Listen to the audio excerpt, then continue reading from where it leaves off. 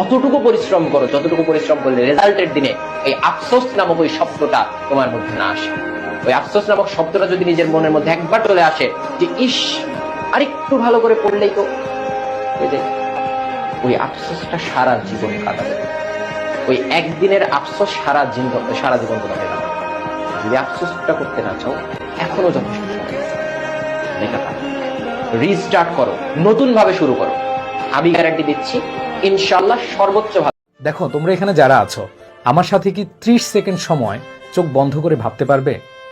Just 30টা second আমাকে একটু সময় দাও। তুমি যদি তা করতে পারো, ইনশাআল্লাহ তুমি বিগেস্ট একটা কামব্যাক করতে পারবা। সো একটু চোখ বন্ধ করে তুমি দেখো যে তোমার যেদিন রেজাল্ট দিয়েছে, তুমি সেদিন সেই রেজাল্টটা তোমার বাবা মার হাতে দিলে অথবা তাদেরকে ফোন করে জানালে।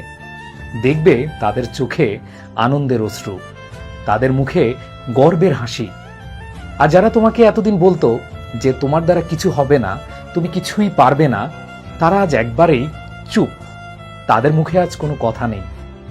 ঠিক এই অনুভূতিটা একটু ফিল করে দেখো।